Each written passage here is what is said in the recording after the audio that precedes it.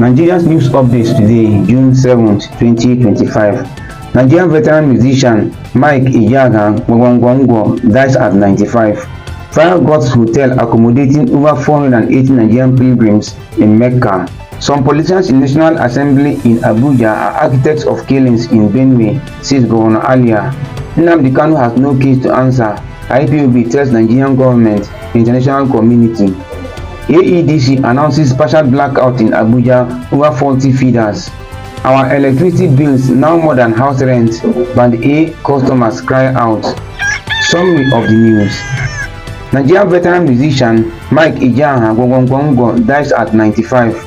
Renowned Nigerian high life legend Ejeagha, popularly known as Gentleman Ejeagha, has died at the age of 95 after a prolonged illness. He passed away on Friday evening at 32 Garrison Hospital in Enugu State. His son Ejeagha confirmed the news and said burial details will be announced later. Born in 1930 in Enugu State, Ejeagha was celebrated for blending Igbo folklore and proverbs with high life music. He gained fame in 1960 to 1980s. His musical legacy includes over 300 recordings archived in National Archives of Nigeria. In 2024, his song Gwogwogwongwo went viral on social media, introducing his music to a younger generation. Ejeagha's passing marks the end of a musical era, but his cultural influence lives on. Fire God's Hotel accommodating over 480 Nigerian pilgrims in Mecca. A fire broke out on June 7, 2025 at Imarato Sanan Hotel in Mecca, which housed over 480 Nigerian pilgrims attending Hajj through private tour operators.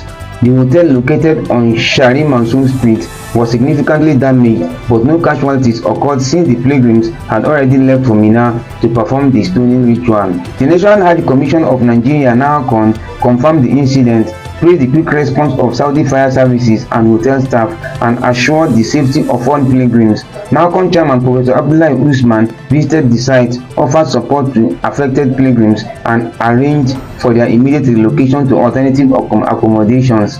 The commission committed to providing all necessary assistance to minimize the impact of the incident. No lives were lost, and the situation is being closely managed, with further updates to follow. Some politicians in National Assembly in Abuja are architects of killings in Benue, says Governor Alia. Governor Alia of Benue State has accused some serving National Assembly politicians of orchestrating and funding recent violent attacks in the state. Speaking on Channels TV, he described the situation as a form of terrorism, not just farmer headers clashes. According to Alia, intelligence reports show that the attacks are planned, targeted, and executed with precision, and about 60 to 65% of the intel received has proven accurate.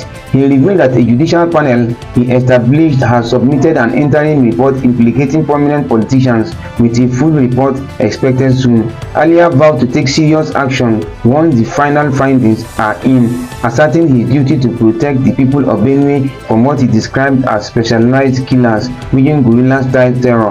Nnamdi Kanu has no case to answer. IPOB tells Nigerian government, international community.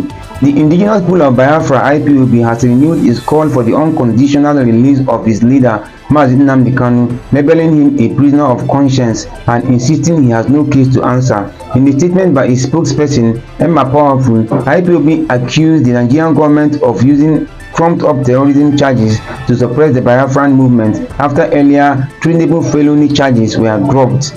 The group described Kanu's detention as a gross violation of his fundamental rights and a clear abuse of judicial process. IPOB also condemned what it called a deliberate manipulation of the legal system, especially the use of civil procedures to reverse a criminal court ruling that had acquitted Kanu. The statement criticized the judiciary for enabling what it sees as a politically motivated agenda. AEDC announces partial blackout in Abuja over 40 feeders. The Abuja Electricity Distribution Company (AEDC) reported a power outage affecting numerous areas in the Federal Capital Territory (FCT) due to a technical fault on the feeders supplying those locations. The affected areas include multiple estates, business plazas, government complexes, and residential districts across Abuja. AEDC's technical team is actively working to restore power and has asked for residents' patience.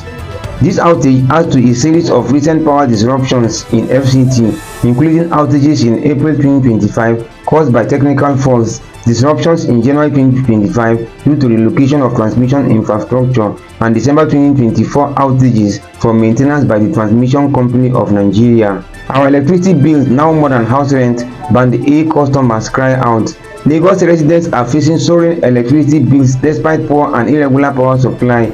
Many feel the power sector reforms haven't improved their situation, with some wrongly placed in the highest tariff band meant for 20+ hours of daily supply, but receiving far less. This has forced many to stop using energy-heavy appliances like freezers and irons. Sharing prepaid meters in some buildings causes conflicts, and the high costs have led people to ration electricity use. New meter installations also come with expensive initial fees. Officials acknowledge the problems and promise fairer tariffs based on actual power delivered, but consumers feel exploited and demand urgent government action. Follow for more. June 7, 2025.